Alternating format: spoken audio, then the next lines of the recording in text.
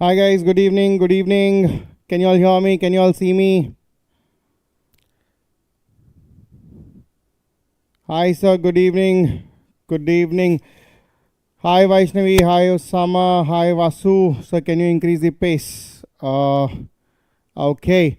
Kanya Rashi, thank you so much. Hi Mansoor.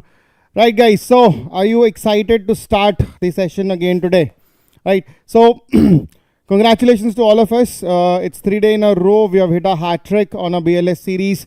So it is, like did one day, did the second day, did the third day, and doing day after day is quite intriguing. Hi guys, hi Rahul.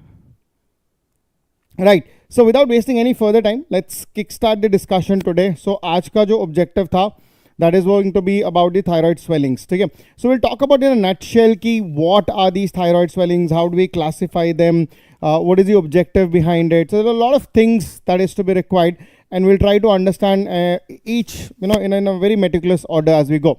So let's begin the today's session. तो आज हम detail में बात करेंगे thyroid swellings के बारे में. ठीक है, चलो let's get started. Okay, now when you talk about the thyroid swellings, now there are different contexts on how you can basically classify. To understand better, I'll give you a subset of a classification of the thyroid swellings. So to get an idea that how we are going to talk about these topics as we move forward, we're going to classify them into the following components, right? So does anybody want to jump in with a bit of answer saying that how do we classify thyroid swellings? Any idea that what is the way that we're going to classify the thyroid swellings? Okay, so we will classify them. Number one, it is going to be the benign, or I can say, and then we say congenital thyroid swellings. We'll talk with the congenital thyroid swellings. And then you have the acquired thyroid swellings.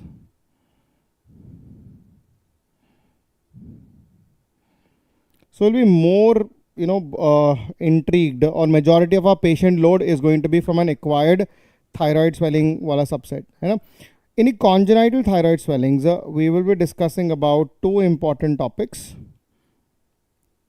One, I'll be talking about ectopic thyroid gland. We're talking about the ectopic thyroid gland and the thyroglossal duct cyst. It is going to be a thyroglossal duct cyst, right? So you have an ectopic thyroid gland and the thyroglossal duct cyst, which will classify for us to be in a congenital subset. Now, in the acquired swellings, we'll be talking about, number one, we have the simple goiter. We're talking about the simple goiter-like swellings. Then we'll talk about the toxic goiters.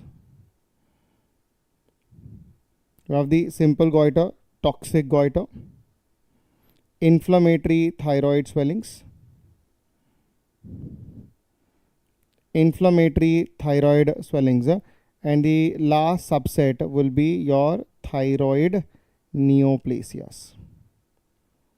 Now in the neoplasia, we'll be talking about, so this is your simple goiter, this is your toxic goiter, this is your inflammatory thyroid swellings. In the neoplasias, we're talking about both benign as well as the malignant swellings that we're going to touch across. So our idea of going through the entire thyroid component, we'll start with the congenital disorders, we'll go into the acquired ones. These are the swellings which are going to be considered as an acquired thyroid swellings, right? So when we talk about each individual, let's quickly look at the subsets of each individual that we have. So we said in the acquired one, we have a subset which is going to be a simple goiter. Another subset that is going to be your toxic goiter. Then you have the inflammatory thyroid swellings. We have the inflammatory thyroid swellings. And the last subset that we have is the thyroid neoplasia, right? Now, so we had the simple goiter, we had the toxic goiter, we have the inflammatory thyroid swellings, and we have the neoplasia. Now, when you talk about the simple goiter, actually nothing is simple, everything is complex. You have to break it down into smaller pieces to understand that it is actually simple, right? Now, in the simple goiter, the first example or the first subset that we're talking about is going to be the diffuse hyperplastic goiter. We'll talk about what is this diffuse hyperplastic goiter. Then we're talking about the multinodular goiter. We'll talk about the multinodular goiter. And then you have another one which is going to be a variant of goiter only. We'll call it as colloid goiter. So we have the diffuse hyperplastic goiter, the multinodular goiter, and the colloid goiter. When it comes down to the toxic swellings, the same thing will become diffuse toxic goiter. It will become diffuse toxic goiter. We have the toxic multinodular goiter. So MNG will stand as multinodular goiter. And then you have the toxic adenoma. We have the toxic adenoma, right? So there are three swellings which classifies to be in a toxic status. Then you have the inflammatory thyroid swellings. In the inflammatory thyroid swellings, we'll be discussing about the Hashimoto's thyroiditis. It is the Hashimoto's thyroiditis. Then you have the de Quervain's thyroiditis. We have the de Quervain's thyroiditis. And then you have the Riedel's thyroiditis. It is the Riedel's thyroiditis. So three subsets that you have. Neoplasias, nothing spectacular about it. We'll be dividing them into the benign and the malignant groups. We're talking about the benign and the malignant swellings. We'll be discussing about the benign and the malignant swellings. Okay. So the whole idea of discussing the entire thyroid swelling, that we'll start talking about the simple goiter, we'll go to toxic goiter, we'll talk about the inflammatory thyroid swellings, we'll go down to the neoplasia, and then from there onwards, we'll see that how or what best can we do in general. Okay. Now, so let's start talking about our first subset of the thyroid swellings. I'll be talking about the congenital thyroid swellings, and then we'll see that, how we can take it down from there. So in the congenital thyroid swellings, I'll start with the first one is the ectopic thyroid gland. So the first swelling that we'll talk about is going to be the ectopic thyroid swelling. The first we'll talk about is going to be an ectopic thyroid swelling. Okay. Now, when you look at the concept of ectopicity, you need to understand when you call it as an ectopic thyroid gland, in an ectopic thyroid gland, you will notice there is absence. There is absence of thyroid gland at its normal location. There is absence of thyroid gland at its normal location, but it will always be found. It will always be found at its normal embryonic pathway. It will always be found at its normal embryonic pathway. Okay. So this is the basic definition that you need to know with respect to that of the ectopic thyroid gland. So there's an absence of thyroid gland at its normal location, but you will always find this in its normal embryonic pathway, right? So this is what we call as ectopic thyroid gland. Now, before we move down to understand, let's decode what does it basically mean. So normally when you talk about it, this is the representation of the patient, and this happens to be the chin part, this is the neck, and this is the sternum that is going to be present, right? Just for the sake of understanding, we are going to reconstruct our components here. Let's say this happens to be the hyoid bone that we're talking about. This is your thyroid cartilage which is present here. Below the thyroid cartilage, you have the cricoid cartilage which is present here. And from here onwards, you see the trachea continues across here, right? We're not going to talk about much details, but here I can say that simply this is your hyothyroid membrane. This is your thyrocricoid membrane that is present, which is going to be continuous with that of the trachea per se. Now, here you have the tongue, right? Just for the sake of understanding, I'm just going to make it a bit short here. So this is where we have the tongue of the patient. Just for the sake of understanding, I'm just depicting this is the tongue of the patient. Now, you remember from our first lecture, I said how the thyroid gland is going to develop. It is going to develop from a median bud that is going to arise between the first and the second pharyngeal pouch. From there, the thyroglossal duct is going to develop, and that thyroglossal duct will descend down. It will fuse with lateral algae, and together it is going to form the thyroid gland. Now, in the same context, the same thing is going to happen here. But remember, the thyroglossal duct, when I talk about the cranial part of it, the embryonic location of this duct is between the anterior two-third. This is going to be the anterior two-third. So from here you look at this. This is the tongue we're talking about. Between the anterior two-third and the posterior one-third of the tongue, this is the location of the foramen. So this is the location of that median bud, no, which is now called as foramen cecum, right? So foramen cecum is an embryonic location of the origin of your thyroglossal duct, right? Now why I'm telling you this is from where the thyroglossal duct would arise. Actually, it would go behind the hyoid bone, the origin, the path, and then it pierces this membrane, and then it is going to go down, and this is going to deliver the thyroid gland at its desired location. So you will notice once the development is completed, this is where the duct is going to migrate, and this is how the thyroid gland is going to be delivered at its normal location. Now, this should happen in all of us. There should not be any problem. This is how the thyroid gland should actually move and develop and then finish its course. For the sake of understanding, I'm just going to label these parts that we have spoken about. This hole that we have digged into the tongue, we have not made it. It is already there. This is what we call it as the foramen cecum. Now, if they ask you what is the anatomical landmark for foramen cecum, it is between the anterior two-third and the posterior one-third of the tongue. It is between the anterior two-third and the posterior one-third of the tongue that is going to be present. Now, you see from here, this duct that is arises, this is your thyroglossal duct. This is going to be your thyroglossal duct. It pierces the thyroglossal duct. That is, thyroglossal duct goes beyond the hyoid bone. This is hyoid. Again, for the sake of understanding, I labeled it. This is hyoid, this is thyroid, this is cricoid cartilage. And then this is your hyothyroid membrane. The duct pierces through it and then delivers the gland at its normal location. Now, once this is completed, the thyroglossal duct should disintegrate. In few patients, that disintegration takes a little bit of projection, and that extra part of the thyroid gland, no, whenever we talk about it, don't go into greater details about it. Let's say this is the isthmus of the thyroid gland and this is the lobe of the thyroid gland that is present. In few patients, you will see additionally there will be this extra segment that is present. Now, this is what we call it as the pyramidal lobe of the thyroid gland. This pyramidal lobe is a remnant of thyroglossal duct. Okay? So again, they'll ask you what is this extension? This is what we call it as the pyramidal lobe of the thyroid gland. And this pyramidal lobe of the thyroid gland is basically a remnant. It is basically a remnant of thyroglossal duct, as simple as that. Okay?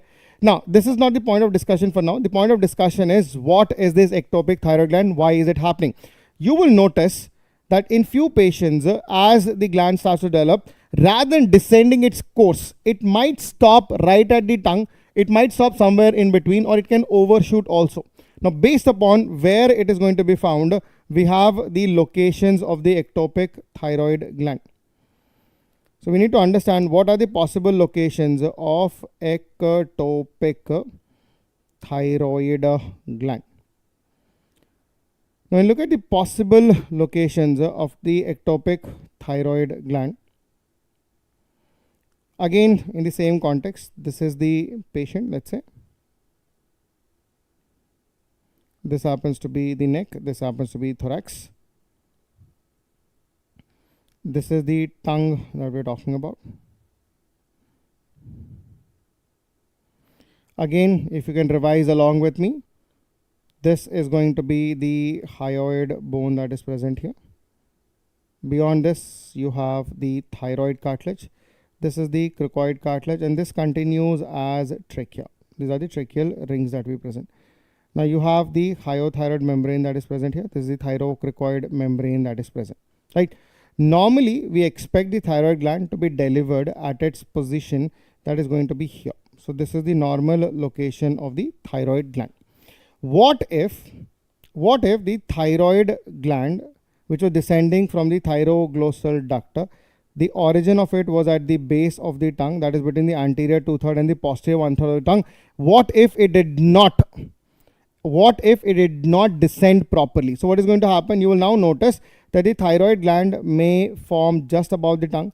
It can be formed just inside the tongue, or it will develop under surface of the tongue. So based upon whether this duct is able to descend down. Normally, if you look at the path of the duct should have been in this dotted line that we are showing. This is how the normal path of the thyroglossal duct should have been. Okay? Lekin, or else I can say, due to some reason, the duct could not descend properly, so the tissue or the thyroid tissue can get clumped in these areas and result in ectopic status. Apart from that, it can also get clumped in somewhere across here, or worst case scenario, or I can say other case scenario, it can descend down even further, and you will see the ectopic thyroid gland is being developed at this particular site. So based upon its sites, I can quickly label it down for you. The one that is present above the tongue is what we call it as supra, that is above. Lingual is going to be tongue. Okay? So tongue के ऊपर बन रहा है, right? So this is going to be supralingual. Supralingual का मतलब है tongue के ऊपर है. Then which is called as intralingual. Intralingual basically means that it is inside the tongue. वो tongue के अंदर बन रहा है. फिर बारी आती है नीचे वाले की. नीचे वाला क्या है? It is under surface. This is going to be sublingual. ठीक है, ऊपर वाला supralingual, tongue के अंदर वाला intralingual, tongue के नीचे वाला sublingual. So the three positions that we have. Then you can have this ectopic status, which is the cervical ectopic thyroid gland, not in the normal side. C5 to T1 was normal. If it is above that, we call it as the cervical ectopic thyroid gland. This is the cervical ectopic thyroid gland. Next, you will see that this is the normal location. So normal location, I'm not worried about it. This is going to be intrathoracic. This is going to be intrathoracic, or also called as the retrosternal ectopic thyroid gland. Retrosternal ectopic thyroid gland. This is the retrosternal ectopic thyroid gland. So these are the possible locations. So कहाँ पे आपके ectopic glands can be formed? It can be formed supralingual, it can be formed intralingual, it can be found sublingual, it can be within the neck, that is cervical. If it overshoots, it will be called as the intrathoracic variety. Now the question is, which is going to be the most common type? Remember, the overall most common type that you will encounter clinically is going to be a sublingual ectopic thyroid gland. ठीक है? Now, if you have a patient of a sublingual ectopic thyroid gland, how would he or she present to you? So we'll talk about the clinical presentation. So if you've understood this, so we'll dig in about the clinical presentation. We'll talk about the clinical presentation or the clinical features of the ectopic, or I can say sublingual, clinical features of a sublingual ectopic thyroid gland. We'll talk about the clinical features of the sublingual ectopic thyroid gland. To understand this, you need to understand the basic subset of the oral cavity. Okay? Now imagine that this is the oral cavity of the patient that we are going to deal with. Now floor is made up of the mandible, which is going to be bony. The upper one is going to be the palate. You have the uvula in the center, which is here. Laterally, you have the tonsillar pillars. We're talking about these. And then you have the tongue, which is present, which is, or else I'll just highlight the tongue in a different color. Let's say this happens to be the tongue that is present, which is across here. Now today, we are dealing with an ectopic thyroid gland, which is at the base of the tongue, which is going to be sublingual.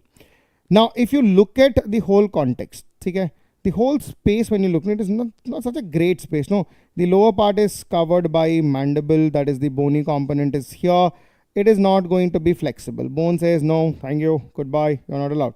Then you have the palate which is present, uvula is hanging. On the lateral side, you have our tonsillar pillars which are present, which are occupying from the lateral wall.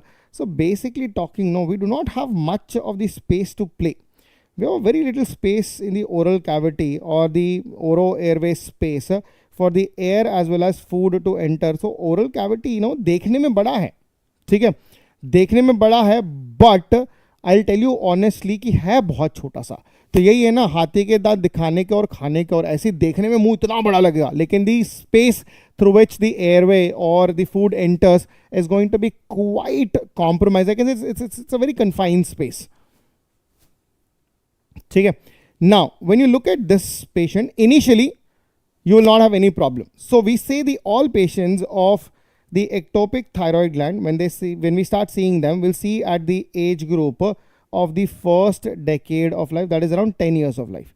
Now, those who are having an ectopic thyroid gland, but they are not symptomatic, that means they will find, we'll see them at some different age groups. That's just an incidental finding. Randomly, you're looking for something else and you found it, right? Another very interesting thing is ectopic thyroid gland does not mean it is the only gland present in the body. You can have multiple ectopic thyroid glands also. So when you talk about the ectopic thyroid gland,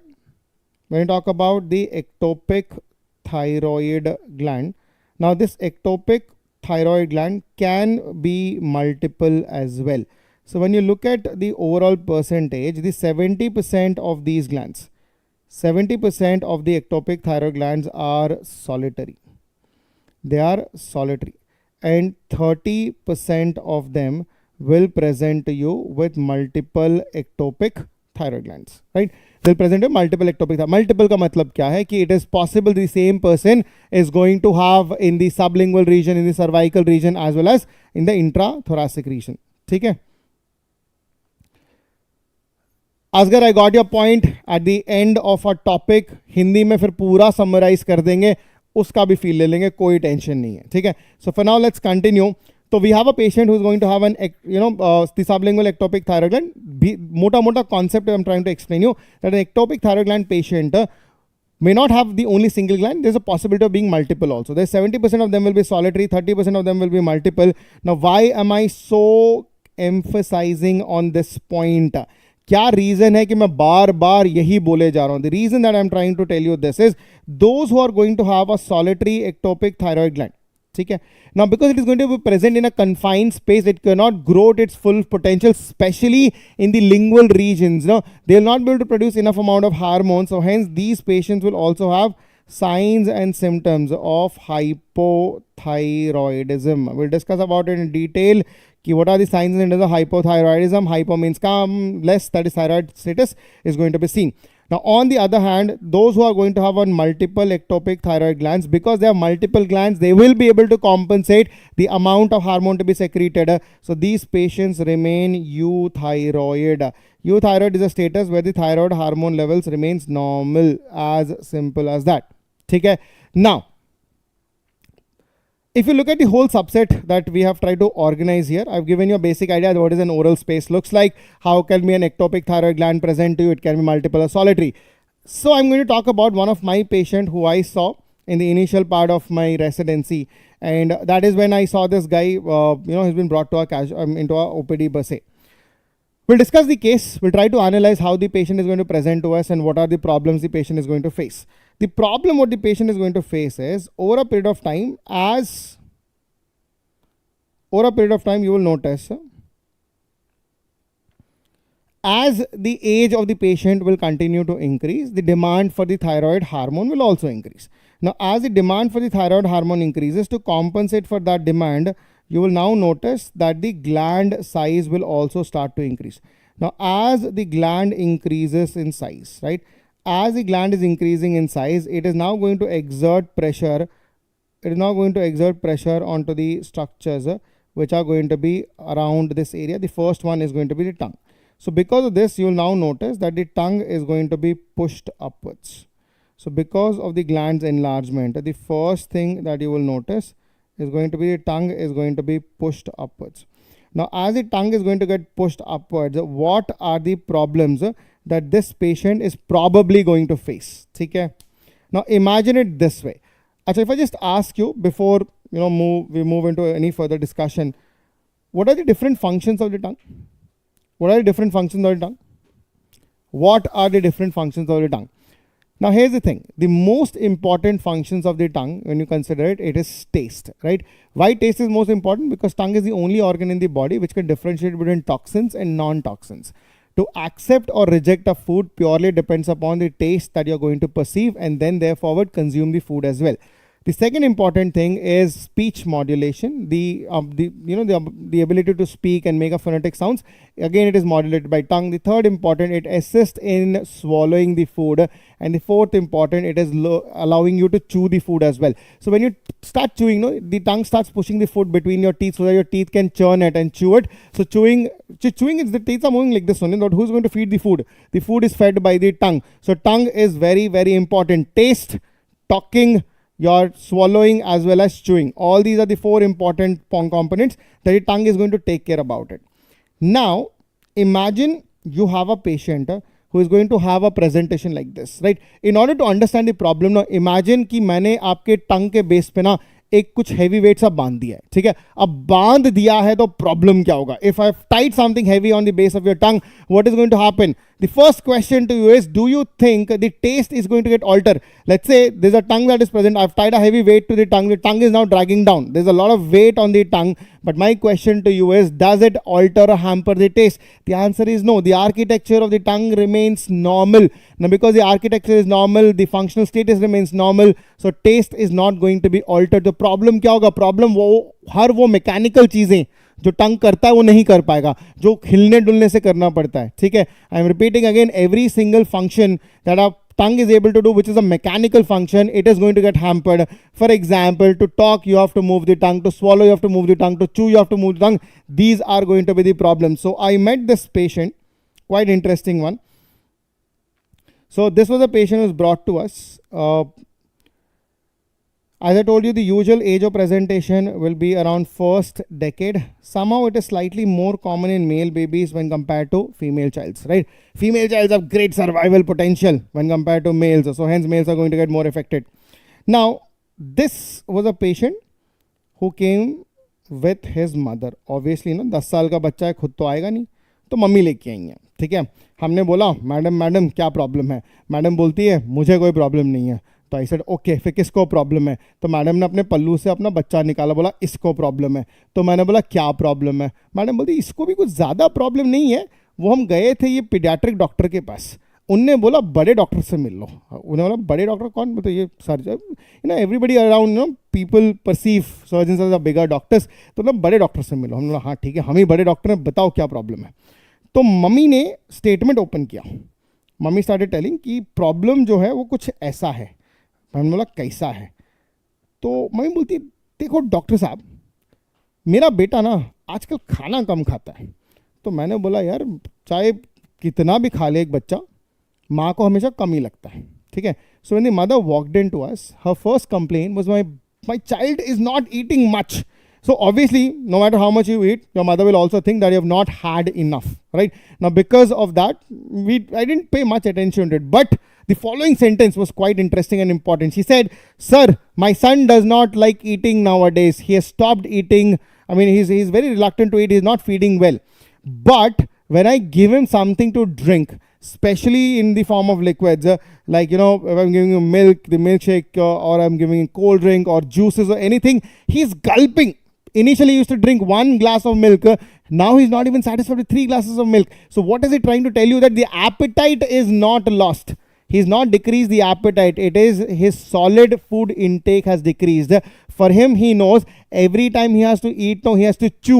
And every time he has to chew, he has to move his tongue here and there, no. And every time he starts moving his tongue, there's a heavy weight on the tongue. Tongue is like once, twice, and tongue says, I am having fatigue. I cannot move any further. So it starts to hurt. So this kid has made up in his mind, chewing is equal to pain. Lesser you chew, better it is. You swallow, it is much more easier. So you give anything to swallow, he's happy, but he's not happy chewing it. So the first problem that we saw, there was patient had difficulty. The patient had difficulty in chewing and swallowing difficulty in chewing and swallowing solid feeds. We said, okay, not a big problem. What else, right? The mother came up with another interesting symptom. Mother says, so you talk to my kid, right? He's not like other kids.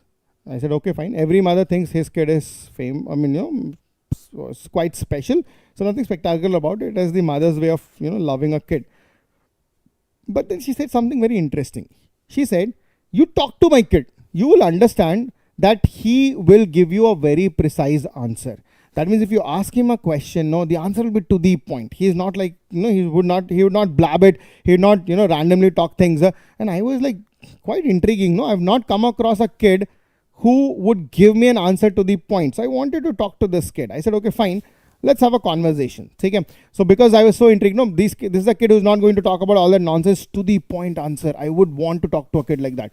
So I said, okay, fine. Let's talk about it. I said, what is your name? He says, Virat. I said, where are you from? He says, there. Who is your father? He's his. Who is your mother? She. Right? Where do you live? He's like, there. What is your school's name? He's like, KV. So whatever I'm trying to ask him, in whichever manner I'm trying to ask him, his answers are either monosyllable or bisyllable. He's not liking, or he's not framing a sentence. He's not giving an answer in a proper sentence. In fact, the quality of speech is also very poor. Right? So why is that so? For him, he knows every time he starts talking, he has to use his tongue. And every time he uses his tongue, it hurts. So for him, he has made up in his mind that the more you talk, it hurts more. The lesser you talk, it is better.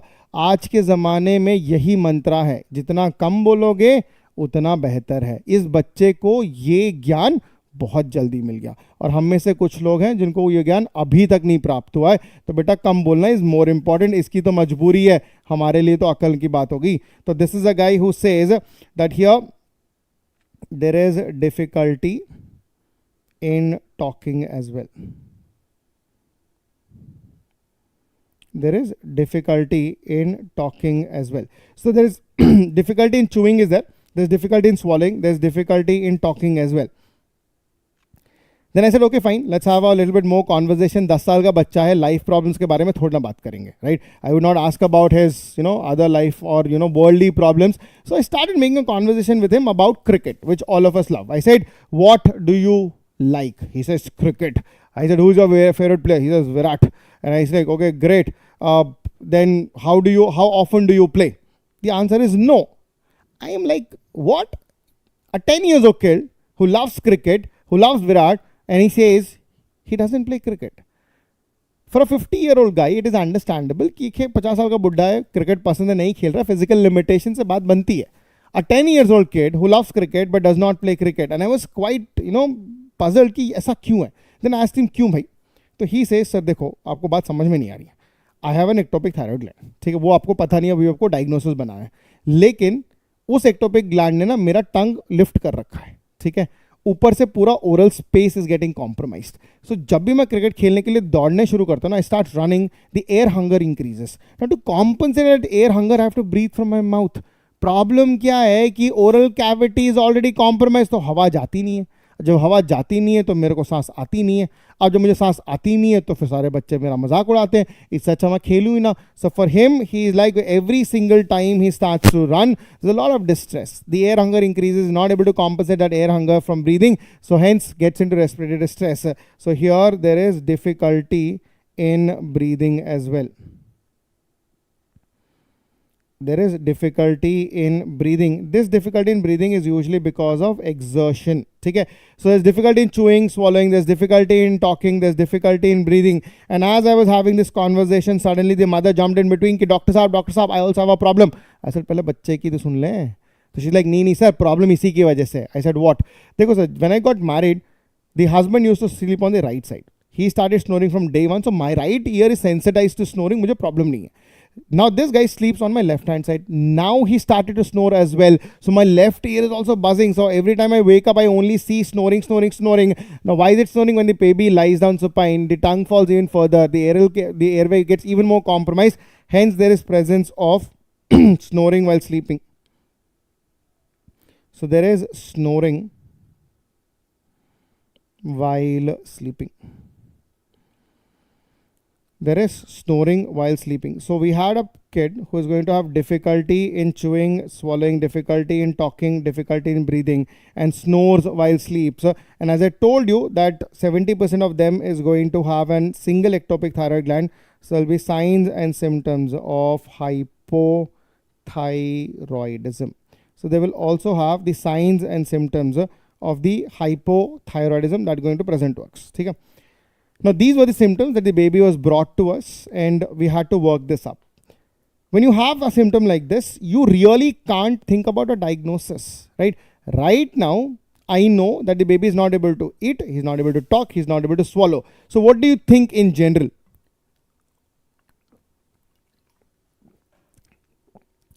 So मुझे सपना थोड़ा था कि ectopic thyroid gland है मुझे इतना पता है कि there is something which is obstructing the oro airway space. The baby is not able to breathe properly. So I would want to examine the oral cavity. So I would like to evaluate this kid and take up for investigation. मैंने mummy को बोला एक बार ना बच्चे को examine कर लेते हैं. तो मम्मी ने बोला सर कैसे करोगे? मतलब मैम एक काम करते हैं बच्चे का ना पहले ओरल एग्जामिनेशन कर देते. First I would like to do an oral cavity examination. I would like to do an oral cavity examination. मैंने बोला कि बच्चे को बोलेंगे कि मुंह खोल देख लेंगे अंदर. तो मम्मी वाज लाइक डॉक्टर साहब बच्चा तो है ही मेरा है ना, तो don't you think I would have examined the oral cavity. I said great ma'am आपने किया होगा, लेकिन फिर आपने ना इसके साथ साथ आइडियल नहीं किया होगा. So will do an oral cavity examination with an ideal that is going to be an indirect laryngoscopy. We'll perform an ideal that is an indirect laryngoscopy. ठीक है. The minute you start examining the oral cavity and you do with an ideal, you would notice कि the minute I put the ideal, no, that is indirect laryngoscopy, at the base of the tongue, I see a nice bulge, right? There's a swelling that is present at the base of the tongue, and I got excited because I was a resident. No, अरे diagnosis मिल गया, you know, जब when we were residents, no, diagnosis मिल गया मतलब जब achieve something तो छाती ठोक के बोलते थे कि diagnosis मिल गया. तो यहाँ पे वही हो गया. जैसे ही मुझे मिला मैंने बोला देखो, आई कॉल द मदर, कम देखो देखो देखो देखो. बोलती क्या देखूं? अरे यहाँ पे स्वेलिंग देखो. तो मदर लाइक हाँ ठीक है. मैंने I showed her in the ideal. Until now, she did not believe that her kid had an issue. And suddenly I showed her there's a swelling which is going to cause that all that obstructive symptoms. So mother is now suddenly puzzled. कि क्या है वो, क्या है? Tell me. And back then I was a resident. मुझे भी नहीं मालूम था. I just shrugged my shoulders. I said, पता नहीं. There's something which is occluding. We have to go find it. ठीक है. Now, in order to find it, you have to evaluate it. Currently, when you talk about the investigation, that is going to evaluate this. ठीक है. It is going to be a radioactive iodine scan with an iodine 123. ठीक है. I would not like to go with a biopsy or an FNAC. Technically, it is not possible or feasible also. The kid is going to be quite reluctant because आप बोलोगे FNAC के लिए कल ही बताया था मैंने कि आपको needle डालना है. ठीक है. And you have to take the sample from that particular swelling per se.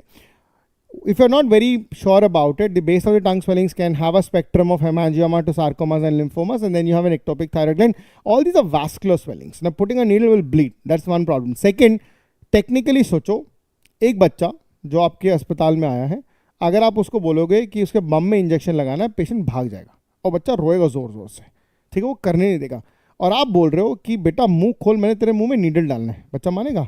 वही नीडल निकाल के आप पे डाल देगा. तो technically also it is quite challenging for us to do so. So radioactive iodine, in fact iodine is specific for thyroid tissue. There is no other tissue in the body which can take up an active iodine.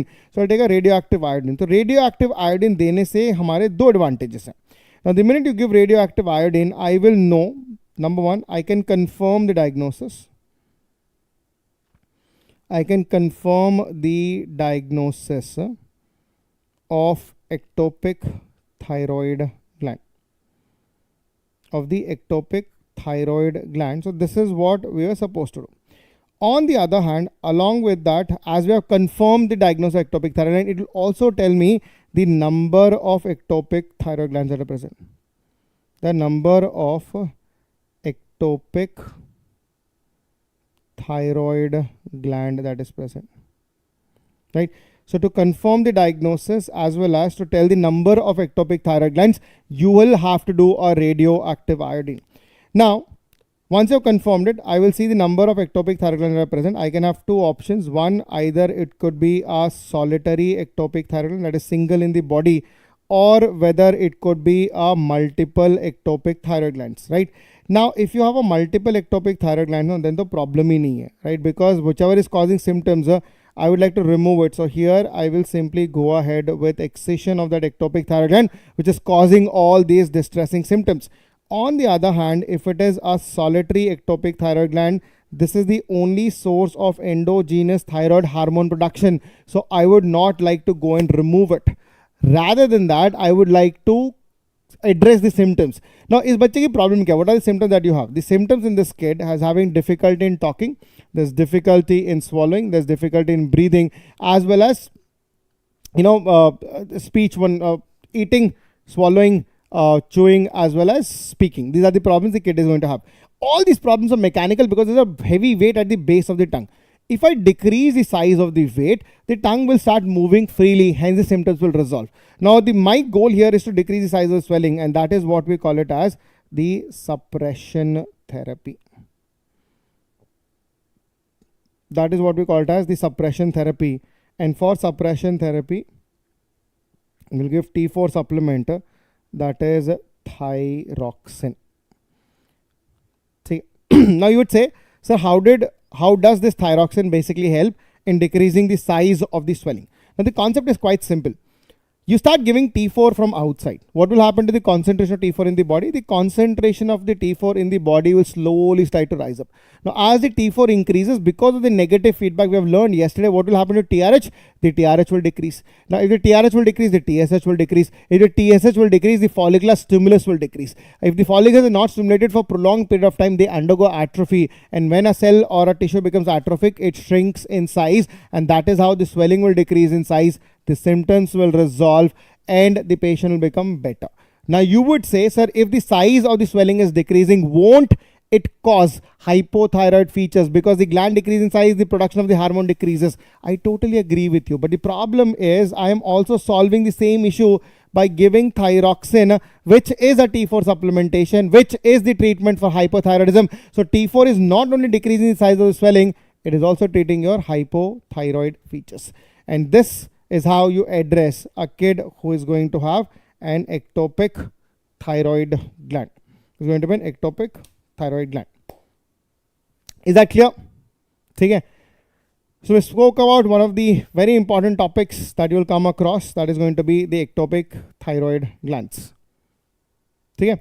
So we dealt with the entire symptoms and how it is presented, and how we were able to diagnose it, what is the management protocols, what made us choose all that. Okay. Any questions up until now? A quick feedback, guys. Anybody with any questions? Anything that you would want me to tell specifically?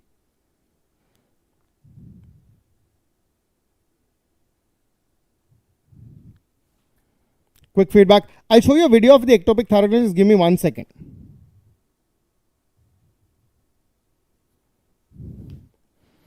So far, so good. Any questions? Any feedback? Acha, before we move any further, how many would be interested to do a mega session tomorrow? कल एक काम करते हैं, थोड़ा सा mega session लेते हैं. Now, when we say the mega session,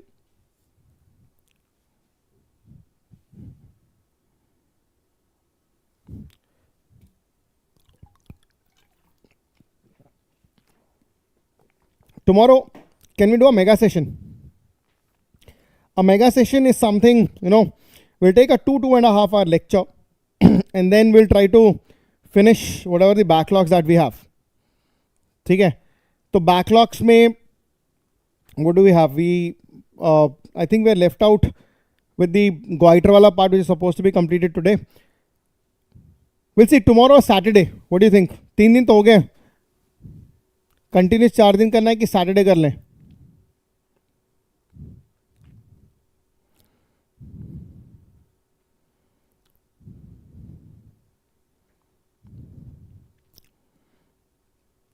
I hope, one more thing before we further get into this.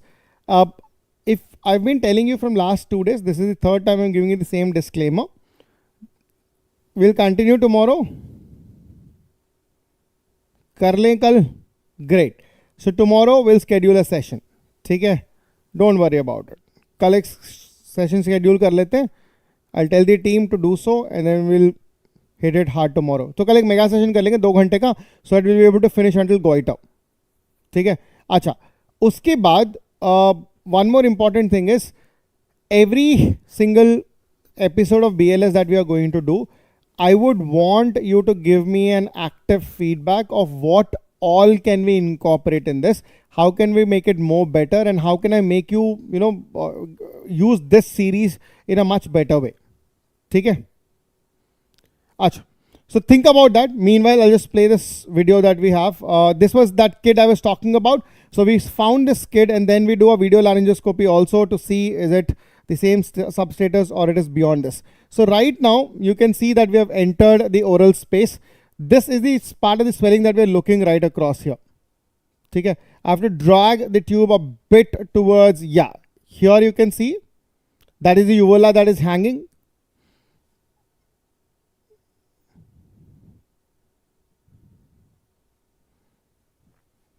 Okay.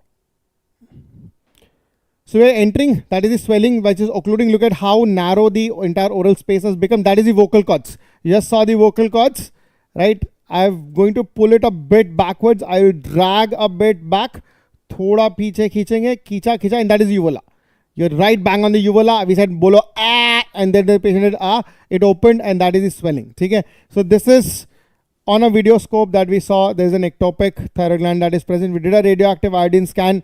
This kid had only one gland, so we had to put him on suppression therapy. Kid did respond well, but is on a lifelong follow-up. Okay? So this is how it will see on a video scope. See, as we move forward, one thing you can be rest assured that I'll be showing you a lot of videos related to clinics, related to patient. We'll talk about the findings, we'll talk about the clinical examination, and I'm telling you, I'm going to show you one of the best surgical videos that you would have ever seen. Okay? So with this, let's wrap the session for today. Thank you so much for joining again for an interesting session of BLS. At least from my end, I put an honest effort to make it as intriguing as possible. If you have any questions, any queries, any suggestions, please do let me know. You know where to find me. You can always write down at our Instagram handle that we have. It is called as the surgery guy.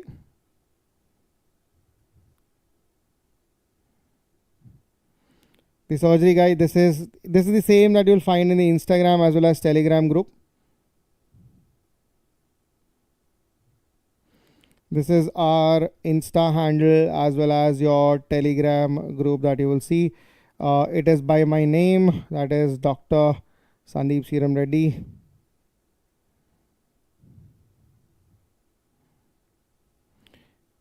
Okay. So if any questions, any queries, do let me know. Post it across here.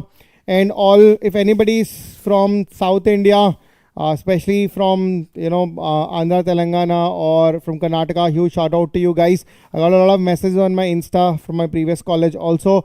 Thank you so much for all the support. All you Telugu guys, all you Kannada guys, love you all. So keep putting on the support that you have. Tell me what you want to do. We'll do it for every single session that is possible. Sir, Hindi में बोलो बेटा, हिंदी में बोल दिया, अब हिंदी में पढ़ा भी दिया, क्या बोलो. अभी के लिए इतना ही है आज के लिए, कल मिलेंगे फिर बाकी बोलेंगे. ठीक है. तो with that, signing off. Thank you so much for listening patiently. See you again. Bye guys.